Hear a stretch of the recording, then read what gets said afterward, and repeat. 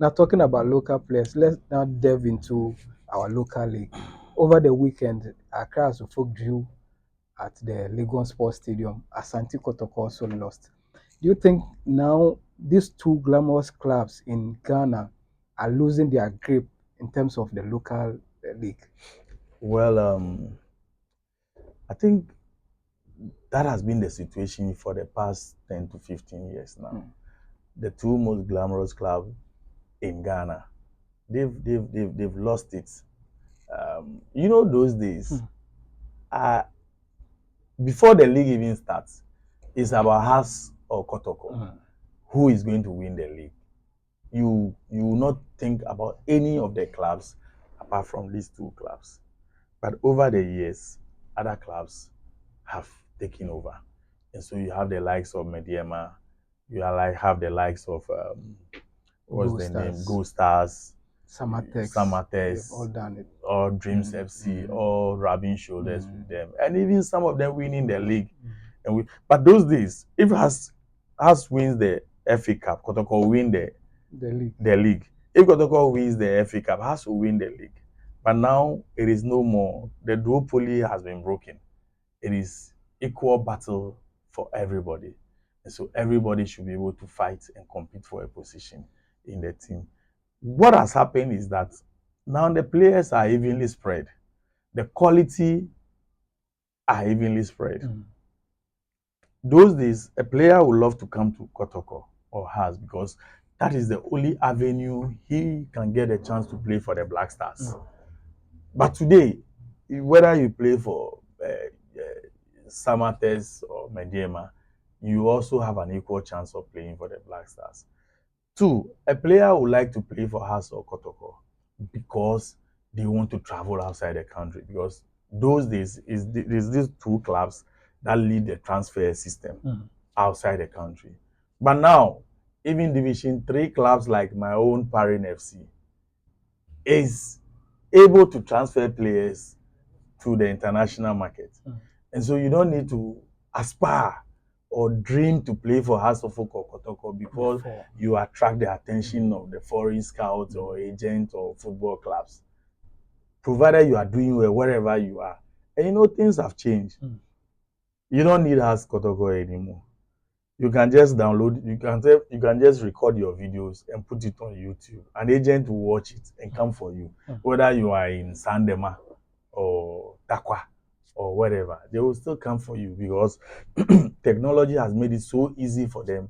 So the issue of us in Kotoko, the dominance is over. These two clubs, I mean, they cannot dominate the Ghana League again. Once in a while, they will come up, do something, win the league. But now, from the look of things, from the dynamics available, it is not possible.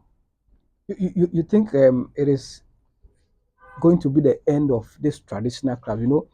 Those days when the league was at that peak, you could see these traditional clubs doing very well, and they were catching attention of the international world. Do you think, from your analysis, what you are saying now, it is gradually these traditional clubs are now going to fade out for these seemingly smaller clubs to take over? Well, already these traditional clubs they faded out. Mm. Where is Sekendi Azakes? Where is Sekendi 11 Wise? Where is Bofako Atano? Where is BA United? Where is Accra Great One Olympics? would say that is the reason why now our league is not that attractive, because of we've decided to neglect all these traditional clubs. Nobody neglected them. Mm. They have decided to live their lives like that. And we are here. We are where we are now. Because who neglected BA United?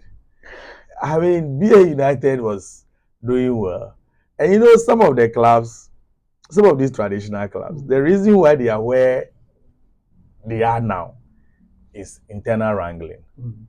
There is a fight, there's a battle for the soul of these clubs by the same people who support the club.